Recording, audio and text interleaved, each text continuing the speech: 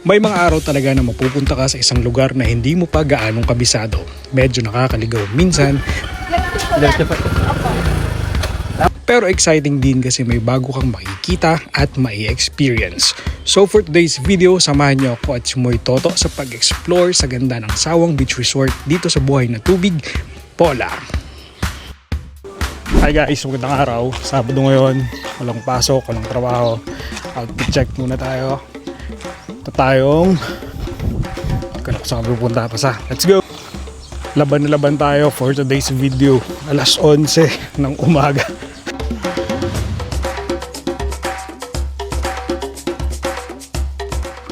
Kasama sa ating adventure ngayong araw si Sir RJ Lagunay. Dati kong kasama sa tourism office.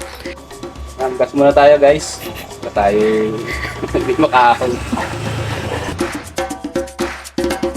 Ipapakita namin sa inyo ang bagong daan papuntang Pola galing sa pinakadulong barangay ng Pinamalayan sa gawing ito, ang Barangay Ranzo. Pagkalampas nyo po dun sa sikat na kalsada dito sa Ranzo, sa tabing dagat, ito yung papunta sa bahayan ng Ranzo. Tapos itong bagong gawang kalsada na to, ito naman po yung papuntang Pola. Ayan, makikita nyo naman tong signage na to. To Bakawan. Bakawan Pola po yan. Dito kayo dadaan.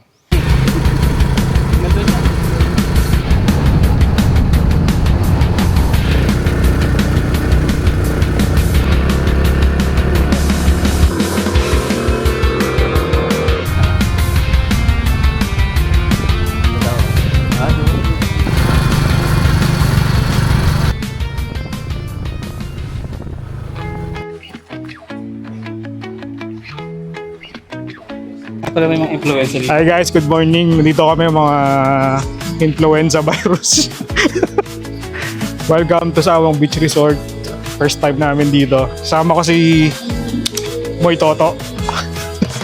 Ngayon,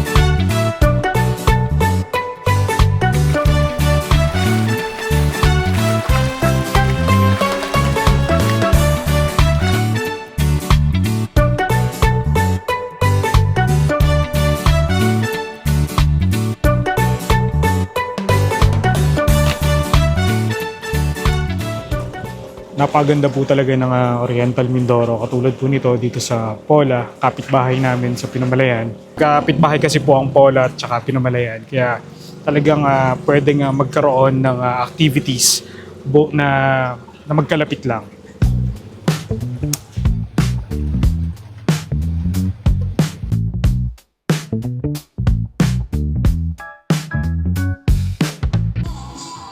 Okay po, kasama natin si Kadesti. Hi mga ka-destination! Welcome to our destination here at Sawang Beach for the view.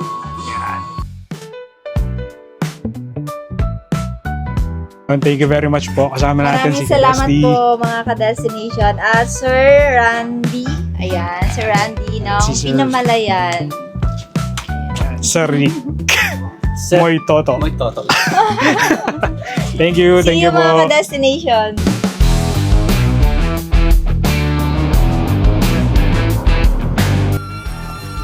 Ganito po yung kalsada pag papunta kang Pola galing sa Ranzo. Ito yung papuntang Pola. Ito naman yung galing sa Ranzo. So, napakalapad nung kalsada, pas may street lights pa. Ready na para sa mga rides. Kaya, yun, ganda. Sariling motor na lang talaga po ang kulang. Ano ba?